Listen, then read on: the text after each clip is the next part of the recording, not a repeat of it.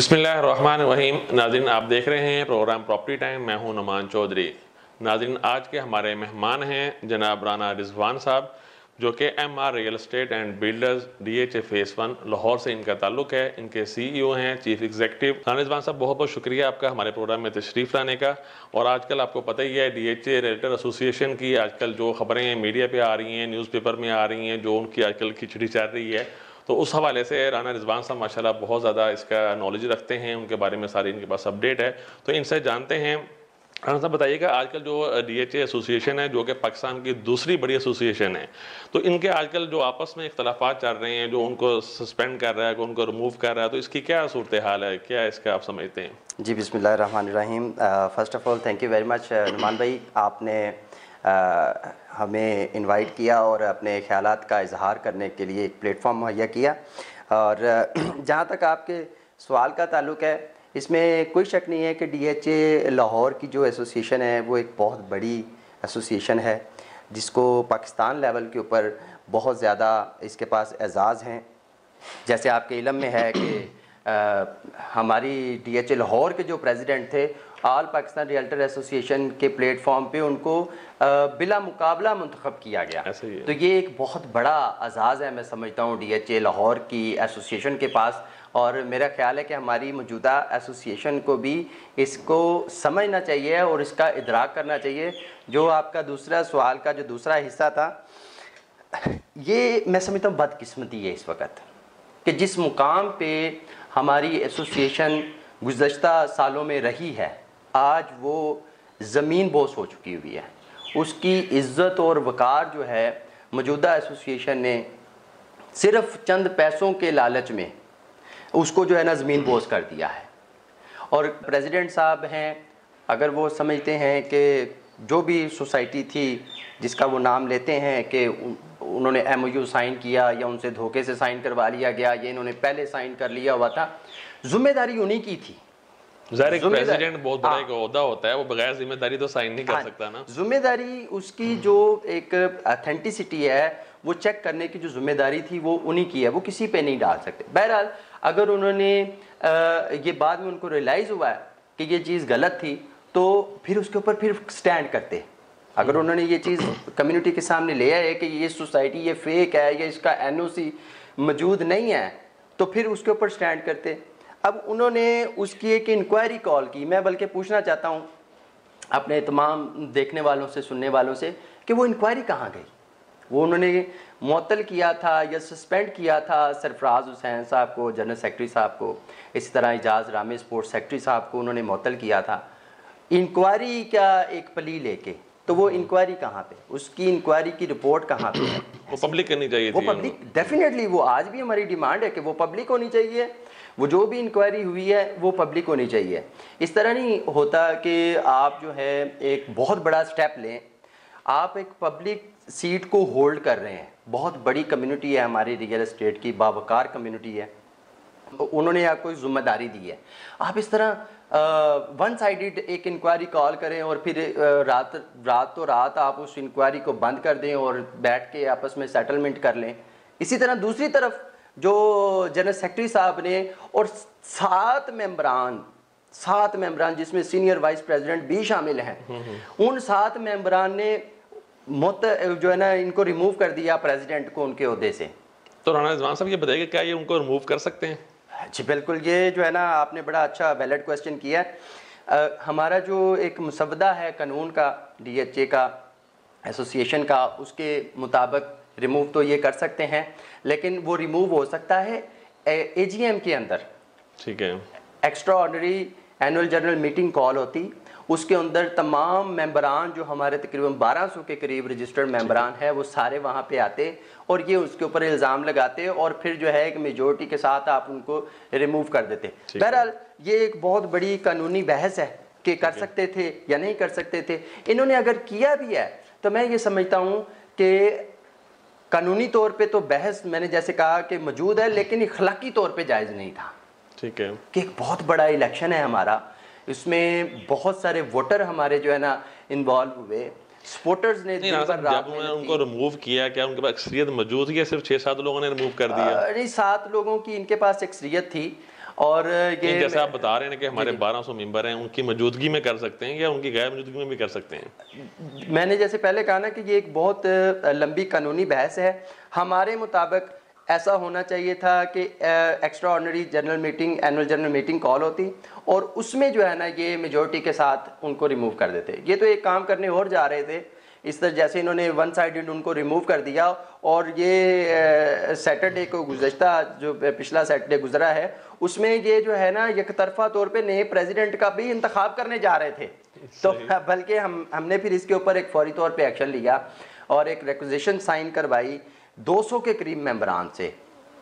200 के करीब सैटरडे को हमने वो साइन करवाई और हमने इनको बोला कि हम जो है वो सैटरडे को एसोसिएशन के दफ्तर में जमा कराएंगे। तो फिर इन सब की दौड़ें लग गई और दौड़ें लगी हैं तो ये इन्होंने फ़ौरन आके जो है ना आपस में मिल बैठ के जो है ना ये आपस में बंदरबांट की हुई थी जो उसको सेटल किया, या पता नहीं अल्लाह जाने हुआ या नहीं हुआ। बॉडी लैंग्वेज तो ऐसा नहीं कह रही थी, बहरहाल तो इन्होंने कर लिया। सही। अच्छा राणा साहब, ये बताइए क्या DHA एसोसिएशन प्राइवेट सोसाइटी को डील कर सकती है, उनकी कोई डील ले सकती है? देखिए, जो हमारा एक चार्टर है, कानून जो हमारा एक बना हुआ है उसके मुताबिक तो ये साइलेंट है, इसमें खामोश है। इसमें ऐसा नहीं है कि ये कर सकते हैं प्राइवेट सोसाइटी को डील या नहीं कर सकते। हम जब साइलेंट होगा तो हम ये भी कह सकते हैं कि इजाज़त नहीं है। ठीक है। जब साइलेंट है, इसके ऊपर कोई वाज़ेह बात नहीं लिखी हुई, तो हम कह सकते हैं कि नहीं कर सकते। लेकिन ख़ास तौर पे उन सोसाइटीज़ का काम तो अब बिल्कुल ही करना आपके लिए मैं समझता हूँ कि गैर इखलाकी भी है और गैर कानूनी भी है कि जिनके पास NOC मौजूद नहीं है। ठीक है। LDA से अगर NOC लैंड का मौजूद नहीं है या वो ओवर सेलिंग कर रहे हैं तो ये करना इखलाकी तौर पे भी नहीं करना चाहिए। अगर हमारा जो कानून है वो इसके हवाले से साइलेंट है, लेकिन आपको इखलाकी तौर पे भी गैर कानूनी सोसाइटीज़ जो हैं जिनके पास NOC नहीं है वो आपको करना ही नहीं चाहिए। आप जिनके पैसे इन्वेस्ट करवाते हैं कल को वो बेचने जाएंगे, उनको वो प्रोडक्ट बिके। तो राणा साहब, आप क्या समझते हैं जैसे प्राइवेट सोसाइटीज़ हैं उनके पास NOC है या नहीं है, वो एसोसिएशन को अप्रोच करती हैं, उनको डील दे के अपनी चीज़ सेल कर सकती हैं इस तरीके से? तो ये बिल्कुल आपने जो बात की है ये एक लम्हा फ़िक्रिया है हमारी एसोसिएशन के लिए। जो साबका दौर गुजरे हैं और जो अभी ये जो दौर गुजर रहा है, ख़ास तौर पे इन्होंने ये जो लुट मचाई है आते साथ ही मुख्तलिफ सोसाइटीज़ जो हैं वो उनके साथ उनके ठेके लेने की और उनसे MOU साइन करने वाला जो सिलसिला, मैं समझता हूँ कि ये बड़ी एक जो है ना ज़्यादती है हमारी इस बहुत बड़ी कम्युनिटी के साथ, कि जिसमें आप उसकी अथेंटिसिटी चेक नहीं कर रहे हैं, उनका NOC चेक नहीं कर रहे हैं और आप जो है उसको धड़ाधड़ बेचे जा रहे हैं, सिर्फ माल बनाने की जो है एक दौड़ में लगे हुए हैं। और जो हमारी एक क्रेडिबिलिटी होती है, एक जो हमारा एक इक़दार होती हैं, इखलाक होता है, वो सारा आपने जो है ना रद्दी की टोकरी में फेंक दिया सिर्फ पैसों की दौड़ में। और मैं समझता हूँ कि एक लम्हा फ़िक्रिया है। इसके हवाले से हमारी कम्युनिटी के तमाम बड़ों को फ़ैसला करना होगा कि ये हमें करना चाहिए। चंद पैसों की लालच में जो हमारा वक़ार है उसको हम टोकरी में फेंक रहे हैं। हमने अगर इनको मुंतखब किया है तो इसका मतलब ये नहीं है कि जो एक हमारा जो वक़ार है उसको आप जो है रद्दी की टोकरी में फेंक दें। तो राणा साहब, आप क्या समझते हैं जैसे डीलर एक एसोसिएशन के जो मकासद होते हैं, जिस वजह से वो एसोसिएशन बनाई जाती है कि डीलर्स की फलाह बहबूद के लिए, उनके मसाइल हल करने के लिए, तो ये तो सिस्टम डिट्रैक्टिंग हो गया कि वो अपने ही पैसे की खातिर किसी भी सोसाइटी से डील करके एक बिजनेस डेवलपर बन चुके हैं। बिल्कुल आपने सही कहा, वो मकसद फौत हो गया हुआ है जिस मकसद के लिए वो बनाई जाती थी। जी, जिस मकसद के लिए हमारी एसोसिएशन जो है माजरे वजूद में आई है, कोई भी एसोसिएशन बनती है किसी भी जगह की तो उसका मकसद होता है कि अपने मेंबरान को प्रोटेक्ट करना और उनके लिए अच्छे मौके पैदा करना और उनकी फलाह बहबूद के लिए काम करना, ये उसका बुनियादी मकसद होता है। अनफॉर्चुनेटली हमारे मेंबरान जो हैं वो DHA में ब्लैक लिस्ट हो रहे हैं। मैं बड़े दुख के साथ कहता हूँ कि इसके ऊपर कोई बयान प्रेसिडेंट साहब की तरफ से नहीं आया, इसके ऊपर कोई बयान जनरल सेक्रेटरी साहब की तरफ से नहीं आया। वो आपस के लड़ाई झगड़ों में उलझे हुए हैं। एक सिंगल मीटिंग DHA के साथ आज तक कॉल नहीं हुई। जो ये कहते थे कि हमारा DHA में बहुत ज़्यादा तल्लुकात हैं, जो एक DHA में डीलरों के जो मामला ख़राब थे, जिसके ख़ास तौर पे एक रिस्पेक्ट का एलिमेंट सबसे बड़ा, जिसके ऊपर इन्होंने इलेक्शन जीता। इस पॉइंट के ऊपर ये इलेक्शन, हाँ जी, ये इनका मेन पॉइंट था कि हम आपकी जो है ना रिस्पेक्ट जो है डीलर्स की वो बहाल। आज के दिन आज 5 माह मुकम्मल होने को हैं और एक सिंगल मीटिंग इन्होंने डीएचए के साथ कॉल नहीं की। एक सिंगल मीटिंग इन्होंने जो है ना एडीएचए के साथ जाके नहीं की, ना ही इन्होंने डायरेक्टर रिकॉर्ड एंड ट्रांसफ़र के साथ जाके की है। तो मैं समझता हूँ कि उनको तो हमारी इस कम्युनिटी को तो अगर हम देखें ये कहना गलत नहीं होगा कि लावारस हो चुकी हुई है। ऐसे ही है, ये अपनी लड़ाई झगड़ों में पड़े हुए हैं और हमारे जो डीलर हैं वो वहाँ जलीलो ख़ार हो रहे हैं और ब्लैक लिस्ट कर रहा है डीएचए उनको और उनकी स्क्रीन के ऊपर लगा रहे तस्वीरें और उनके बिजनेस को भी नुकसान हो रहा है, बिजनेस को भी नुकसान। डीलर्स की फलाह बहबूद के लिए एसोसिएशन कोई काम नहीं कर रही है। उसके हवाले से वो मकसद ही फोत कर दिया इन्होंने, वो मकसद ही फोत हो गया हुआ है। अच्छा रिजवान साहब, एक बहुत अहम सवाल आपसे मैं करने जा रहा हूँ, उसमें ये है कि आप क्या समझते हैं इस लड़ाई की असल वजह क्या है? सिर्फ पैसा है या कोई और रीज़न है? इसकी जो है ना जी जो बुनियादी वजह मैं समझता हूँ, एक तो पैसा है, दूसरा चौधर की लड़ाई है। वो कहता है कि मुझे बड़ा चौधरी मानो और दूसरा कहता है कि मुझे बड़ा चौधरी मानो। ये सिर्फ और सिर्फ जो है ना, अब मेरा ख्याल है कि जनरल सेक्रेटरी साहब चाहते हैं कि जो है ना पूरी की पूरी एसोसिएशन उनके पीछे चले और इसी तरह जिसको मैंडेट दिया है कम्युनिटी ने, उसका तो राइट है भी। तो ये चौधर की भी लड़ाई है और सबसे बड़ी लड़ाई जो है वो होती ही तब है जब पैसे आते हैं, पैसा इन्वॉल्व होता है और फिर पैसा भी इतना इन्वॉल्व हो जाए कि जिसकी जो हम जो है ना करोड़ों में कह सकते हैं, कुछ 50, 60, 70 करोड़ की, शायद ये एक फिगर्स मेरे पास मतलब एग्जैक्ट नहीं है, लेकिन जो उसकी कमीशंस जो हैं जो कैलकुलेट कर रहे हैं, जो किकबैक इन्होंने ली है, जो मियां तल्लत साहब ने अपनी वीडियो में इल्जामात लगवाए कि कितनी किकबैक इन्होंने ली है, वो 70-75 करोड़ रुपया बनती है। इतने बड़े लेवल के ऊपर जब पैसा इन्वॉल्व हो जाता है, अल्लाह माफ करे, मैं कोई ऐसे गलत अल्फाज नहीं यूज करना चाहता, 50,000 की खातिर लोग बंदा मार देते हैं यहाँ, ऐसे ही है, 50,000 की खातिर लोग यहाँ बंदा कत्ल कर देते हैं और यहाँ पैसे जो है ना करोड़ों में। तो राणा साहब ये भी तो हो सकता है कि पैसा ज्यादा आ गया, उसकी वजह से उसकी तकसीम में लड़ाई हो गई हो। जी ऐसा ही कुछ हुआ है, बज़ाहरन तो नज़र यूँ आता है कि ऐसा ही कुछ हुआ है और मैं समझता हूँ कि जो फिर तो वही बात होगी ना, जो एसोसिएशन की फलाह बहबूद की बात है वो तो दफन होगी ना। फिर तो इनको पैसा बनाना चाहिए। अगर इन्होंने सिर्फ पैसा बनाना है तो इनको चाहिए कि अपने इंडिविजुअल हैसियत में पैसा बनाएं। इस कम्युनिटी का अगर ये भला नहीं कर सकते तो उसको छोड़ दें। उसको वो लोग आने चाहिए सामने, वो बड़े वो बुजुर्ग आने चाहिए सामने जो इस कम्युनिटी का दर्द रखते हैं। जो आज जो दोस्त ब्लैकलिस्ट हुए हैं, कम से कम डीएचए से जाके बात तो करते, उनके हवाले से उनकी सेटलमेंट कराने, उनका कुछ ना कुछ लेन देन का ही मसला होगा ना। जी जी, अल्लाह माफ करे, किसी ने को कत्ल थोड़ी कि एक दूसरे का कर दिया है, डिसिप्लिन के खिलाफ वर्जी हुई, थोड़ी बहुत खिलाफ वर्जी हुई होगी डिसिप्लिन की, या कहीं को थोड़ा बहुत लेन देन का मसला। यही बुनियादी वजूहात होती हैं जिसकी वजह से डीएचए जो है कोई एक्शन लेता है। उसको सेटल किया जा सकता था। कौन से ऐसे मामला हैं जो सेटल नहीं होते? बड़े से बड़े मामला टेबल के ऊपर बैठ के सेटल हो जाते हैं। हमारे मेम्बरान वहाँ पे ज़लील व रुस्वा हुए हैं और मैं समझता हूँ कि उनका वाली वारिस इस वक्त कोई नहीं है। मैं रिक्वेस्ट करूँगा हमारी कम्युनिटी के तमाम बड़ों से, तमाम जितने भी हमारे कम्युनिटी के सीनियर्स हैं उनसे कि वो अपना किरदार अदा करें। ये कम्युनिटी इस वक्त लावारस हो चुकी हुई है, यकीन जाने के लावारस हो चुकी हुई है। और आपने अगर ये खामोशी रखी, मुजरमाना खामोशी, तो मैं समझता हूँ कम्युनिटी आपको भी माफ़ नहीं करेगी। आपको अपनी जिम्मेदारी का एहसास करना है और आगे आना है और इस कम्युनिटी की फलाह बहबूद के लिए काम जो ये जिनको जिम्मेदारी दी है, अगर वो नहीं कर रहे तो आपको करने हैं। अच्छा राणा साहब ये बताइएगा, जैसे हुकूमत में पाकिस्तान में भी ऐसा ही जा रहा है, आप एक अपोजिशन एक ग्रुप के साथ आपका ताल्लुक है, डीएचए डायरेक्टर अबू बकर भट्टी ग्रुप जो आपका है, तो वो अपोजिशन ग्रुप क्या कर रहा है इस हवाले से? देखिए जी, अपोजिशन का आपकी डिमांड क्या है, या आप उनका साथ दे रहे हैं या उनको क्या कर रहे हैं आप? जी, सबसे पहले तो मैं आपको बताऊं कि अपोजिशन का काम होता है तमाम जो गलत काम हो रहे होते हैं उसकी निशानदेही करना और उसके लिए आवाज़ बुलंद करना। अल्लाह ताला के फजल से डे फर्स्ट से हम जो है ना वो आवाज़ अपनी कम्युनिटी के लिए बुलंद कर रहे हैं और ये हमें थ्रेट भी कर रहे हैं कि जी हम आपको शोकाज नोटिस भेजेंगे, हम ये करेंगे, हम वो करेंगे, फलाना है ढिंगड़ा है। हम इन ओछे हथकंडों से आप बाज आ जाएं और हम इनको बिल्कुल ख़ातर में नहीं लाते। जो करना है आपने कर लें, हमने अपनी कम्युनिटी के लिए आवाज़ बुलंद करनी है और हम वो आवाज़ बुलंद करते रहेंगे। जो रहेगी बात, आपने सवाल किया कि हमारी डिमांड क्या है। इस वक्त की अहम तरीन ज़रूरत है, आप अपना एतमाद खो चुके हैं। ये मैं एसोसिएशन से मुखातब होकर कह रहा हूँ कि आप अपना एतमाद खो चुके हैं, आपको फ़ौरन से पहले extra ordinary annual general meeting call करनी चाहिए और उसमें इनको तकरीबन जो हमारे 1000 के करीब या 1200 के करीब मेंबरान हैं, रजिस्टर्ड मेंबरान हैं, उनसे एतमाद का वोट लेना। तो इसके भी दोबारा इलेक्शन हो सकते हैं? जी बिल्कुल, क्यों नहीं हो सकता। एक जो है इसका इख्तियार किसके पास है कि इसकी भी असम्बलियां तोड़ी जाए, इसके भी इलेक्शन दोबारा से हों? देखिए जी, वो तो जिन्होंने इनको मुंतखब किया है वही जो है ना इसका इख्तियार रखते हैं कि इनको इनकी सीट से जो है ना उतार दें, ठीक है। और वो ऐसे उतार सकते हैं कि जैसे मक्खन में से बाल निकाला जाता है ना, ऐसे वो उतार सकते हैं इनको।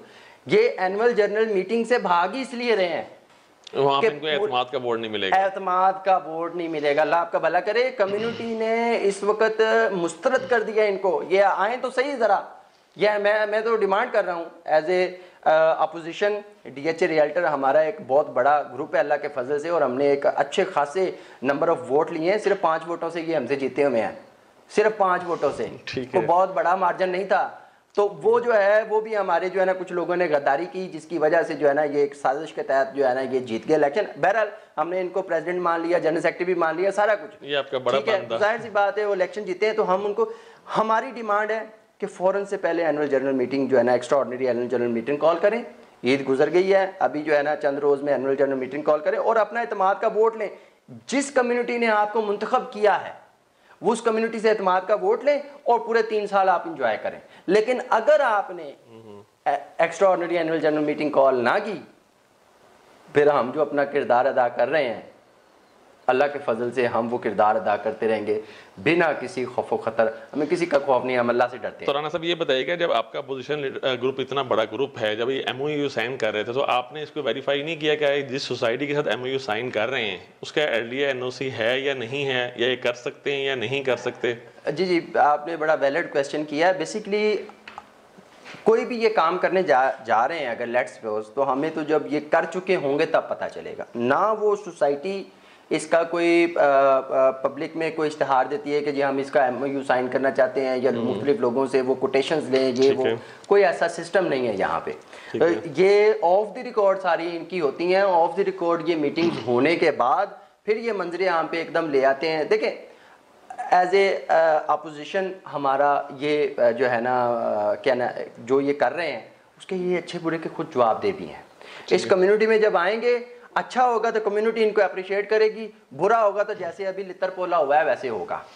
चलें राना रिजवान साहब, यहाँ पे एक छोटी सी कमर्शियल ब्रेक लेते हैं। ब्रेक के बाद दोबारा हाजिर होते हैं। नाज़रीन हमारे साथ रहिएगा।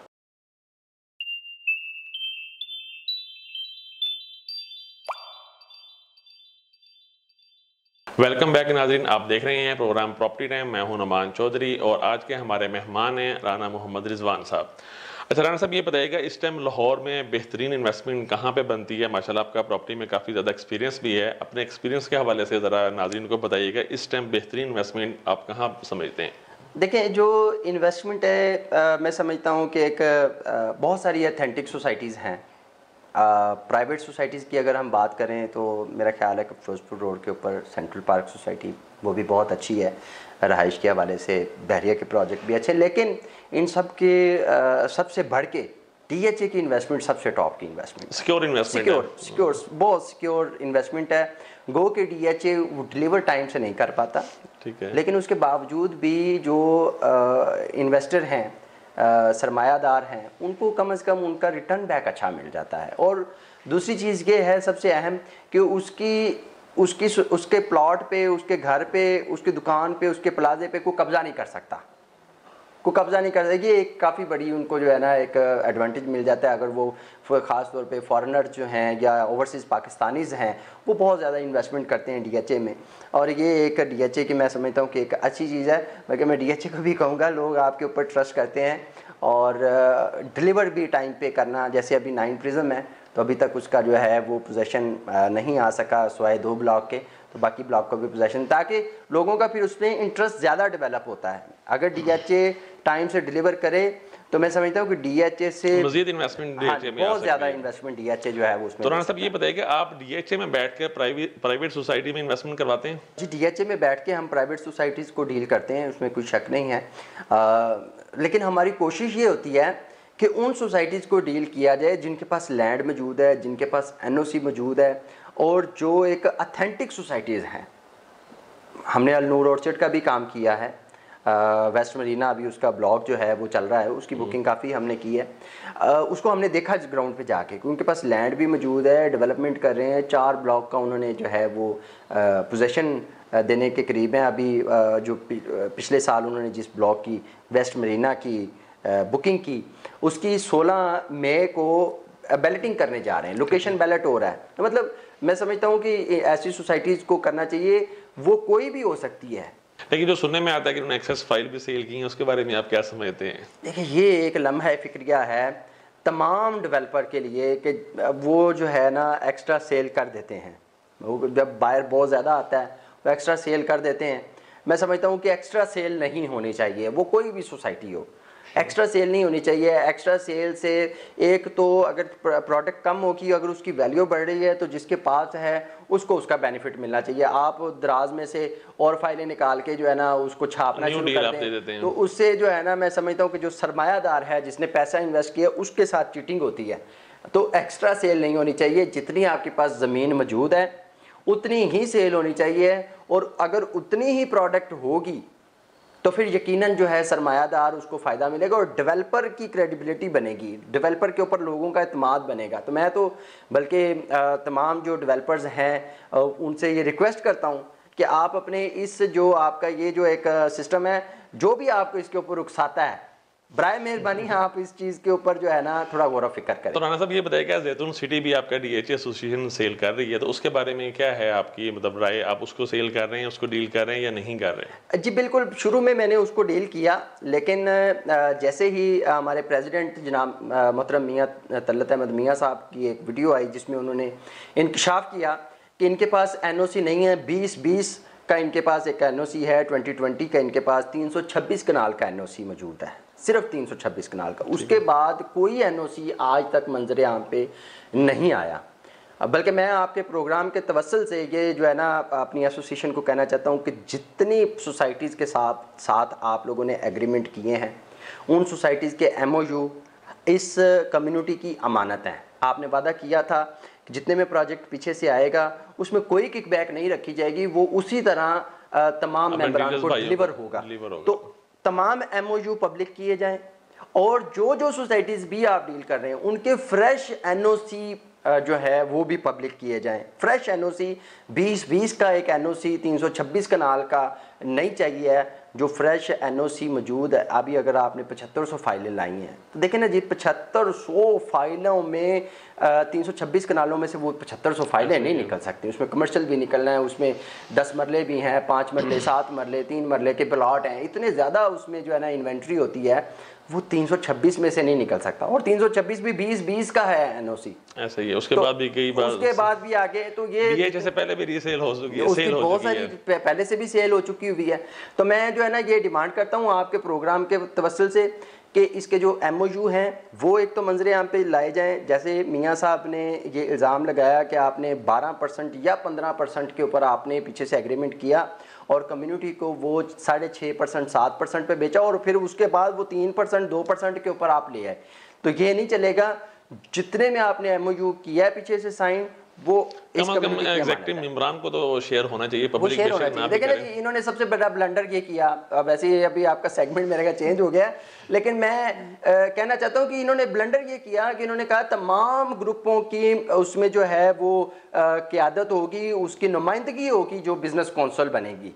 उसमें बिजनेस कौंसिल में किसी ग्रुप की नुमाइंदगी नहीं, अपनी मर्जी के चंद बंदे जो है जो पसंद थे वो ला के तो आपने बिजनेस कौंसिल में डाल दिए। और उसमें ये जैसे आपने पहले पूछा ना कि जी आप अपोजिशन इसका कोई एनओसी वगैरह चेक करती है, यानी एसोसिएशन के अंदर अगर अपोजिशन की कोई नुमाइंदगी ही नहीं होगी तो कैसे हम चेक करेंगे? एटलीस्ट आप बिजनेस कौंसिल के अंदर अपोजिशन के कुछ मेंबरान, सीनियर मेंबरान को लेते आप, ताकि वो जिम्मेदारी कल को अगर आज हम बोल रहे हैं तो हम ना बोल पाते, आप कहते कि जी आप भी इसमें शामिल थे। कम से कम ये जो गबले आप कर रहे हैं, अगर आप साफ हैं तो आपको बिजनेस कौंसिल में एटलीस्ट मेंबरान जो अपोजिशन के हैं उसमें कम से कम आधे नहीं तो आधे से कोई 1-2 कम जो है ना मेंबरान को आपको एंटरटेन करना चाहिए। जनाब साहब ये बताइए कि जैसे प्राइवेट सोसाइटीज़ में फाइल का सिस्टम है, ऐसे डीएचए में फाइल का सिस्टम है, उसके बारे में आपकी क्या राय है? क्या वो भी एक्सेस सेल करती है या नहीं करती? वो देखें ये इनको सीखना चाहिए डीएचए से।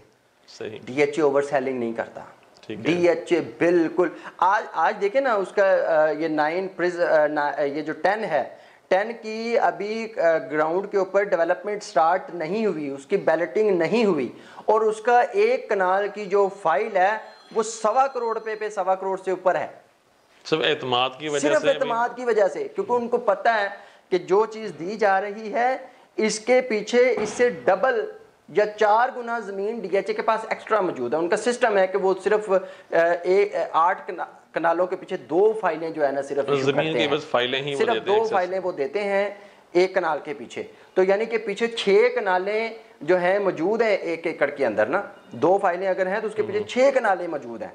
तो ये एक बहुत बड़ी जो है ना, उनसे सीखना चाहिए डीएचए से, और प्राइवेट सोसाइटीज तमाम उससे आपको बिजनेस भी बहुत ज्यादा मिलेगा और इन्वेस्टर्स को भी फायदा मिलेगा। डीएचए का सरमाया इसीलिए ये बेहतर है कि डीएचए ने ओवर सेलिंग नहीं करता। अच्छा साहब, ये बताइए कि जैसे डीएचए में ये तो अच्छी बात है कि वो एक्सेस फाइलें सेल नहीं करता, क्या वो मुकर्रर वक्त पर डिलीवर भी करता है या वो नहीं करता? ये एक सवालिया निशान है। मुकर्रर वक्त पे थोड़ा डिलीवर करने की थोड़ी सी हम इसके ऊपर बात कर सकते हैं कि इसके अंदर उनको जाहिर सी बात है इसमें थोड़ा बहुत करना चाहिए कि मुकर्रर वक्त पे डिलीवर करें। जैसे 2016 फरवरी से जो है इसका बैलेटिंग हो चुकी हुई है, डेवलपमेंट का आगाज़ हो चुका हुआ है 9 प्रिज्म का, और आज तकरीबन 7 साल गुजरने को हैं और उसके सिर्फ 2 ब्लॉक का पोजेसन दिया। तो ये थोड़ा सा लैक ऑफ डिलीवरी डीएचए की तरफ से है। उनको डिलीवर अगर वो टाइम से करे तो मैं समझता हूँ कि पूरे पाकिस्तान का सरमाया सिर्फ डीएचए में ही है। हम देखें उनके पास जबकि लैंड भी मौजूद होती है, जी। फिर डिलीवर ना करना उसकी रीज़न समझ नहीं आती ना। एक आम प्राइवेट सोसाइटी के पास जो लैंड परचेज कर रहे हैं या उनके कुछ बयाने हुए होते हैं या उस पर टाइम लग सकता है, ये तो लैंड पहले से परचेज होती है इनके पास, तो फिर ये डिलीवर क्यों नहीं करते? इनका मेरा ख्याल है कि लैंड जो है ना पूरी इनके पास 100% लैंड मौजूद नहीं होती। ये जितनी लैंड परचेज करते जाते हैं टाइम के साथ साथ तो उतनी फाइलें इशू करते जाते हैं। अब जब इनका एक जो इन्होंने एक मास्टर मैप बनाया होता है उसके मुताबिक इनके पास 80-85% अगर लैंड आ जाती है तो फिर ये प्रोजेक्ट के ऊपर जो है ना काम स्टार्ट करते हैं। ये इसकी वजह से सम टाइम जो है ना लेट हो जाता है, और फिर मालकान ख़ास तौर पे जहाँ अनाउंस हो जाएंगे यहाँ डीएचए आ रहा है तो ज़मीन के मालकान कीमत जो है 25 लाख रुपए एकड़ की थी तो उन्होंने जो है ना 2 करोड़ पे एकड़ कर दी। तो ये एक बहुत बड़ी जो है एक वजह होती है। डीलिंग में लेट हो सकता है, डीलिंग लेट होती है, या जो है लोग समझते हैं कि डीएचए आ गया तो अब बहुत ज़्यादा रेट ऊपर होना चाहिए। दुरान साहब, आपसे आखिरी सवाल में ये करूँगा, आप क्या समझते हैं डीएचए बेहतरीन सोसाइटी है या प्राइवेट सोसाइटी? आप दोनों को डील कर रहे हैं, दोनों में आप कौन सी बेहतर समझते हैं? देखें डीएचए कोई शक ही नहीं है कि डीएचए इनमें बहुत बेहतरीन है। इनको डीएचए तक पहुंचने के लिए सदियां लगेंगी। जितनी ये प्राइवेट सोसाइटीज़ हैं इनको डीएचए के लेवल पे पहुंचने आप बैरिया को डील करते हैं, बैरिया बेहतर है इनसे? नहीं, बैरिया का सिस्टम भी बहुत अच्छा है, कोई शक नहीं, उसने डिलीवर किया। मेन चीज़ ये होती है कि अगर कोई भी डेवलपर डिलीवर कर दे इन टाइम और अच्छे लेवल की डेवलपमेंट कर दे, तमाम जो उसने वादे किए हैं फैसिलिटीज़ देने के, सीवरेज है, रोड इंफ्रास्ट्रक्चर है, इस तरह बिजली सुई गैस पानी वगैरह है, अगर वो टाइम से पार्क्स वगैरह खूबसूरत इंफ्रास्ट्रक्चर है वो अगर डिलीवर कर दें, मैं समझता हूँ कि लोग उसको पसंद करते हैं। वो डीएचए हो या कोई भी, जैसे बैरिया वगैरह है या बाकी दीगर सोसाइटीज़ हैं, सेंट्रल पार्क भी अच्छा खासा जो है ना उसने डिलीवर किया है लोगों को। तो कोई भी ऐसी सोसाइटी जो टाइम से डिलीवर करे तो मैं समझता हूँ कि वो प्राइवेट डेवलपर भी हो तो वो जो है ना बहुत अच्छी चीज़ है। लेकिन मुझे लगता है कि जो ये ओवर सेलिंग वगैरह वाला जो सिस्टम है और जो ये गबले हैं और जो एनओसी नहीं हो, कम ज़मीन का होता है और ओवर सेलिंग हो जाती है, इन चीज़ों की वजह से डीएचए को बीट करने के लिए प्राइवेट डेवलपर को आज भी सालों चाहिए। मतलब इतना आसान नहीं है, इतना आसान नहीं है। डीएचए एक ब्रांड है, डीएचए एक ब्रांड है और डीएचए में इन्वेस्टमेंट सबसे बेहतरीन इन्वेस्टमेंट है और सेफ एंड सिक्योर इन्वेस्टमेंट है। अच्छा, अब ये बताइए डीएचए सिर्फ लाहौर बेहतर है या डीएचए मुल्तान, बहावलपुर, कोयटा, बाकी तमाम डीएचए ठीक है? जी, एतमाद तो जैसे डीएचए कराची के बाद इस्लामाबाद, लाहौर एक एतमाद तो बन गया हुआ है। अब उसके बाद जितने इन्होंने चैप्टर, सिर्फ गुजरांवाला का एक चैप्टर ऐसा था डीएचए का जो कि मंदी का शिकार रहा बहुत अरसा, साल मुल्तान, बहावलपुर, कोयटा वगैरह, ये अच्छे खासे जो है ना ग्रोम किए हैं। पेशावर भी इसी तरह, ये स्टार्ट में जो है ना खासे ऊपर गए हैं, आज भी इनके रेट अच्छे खासे हैं।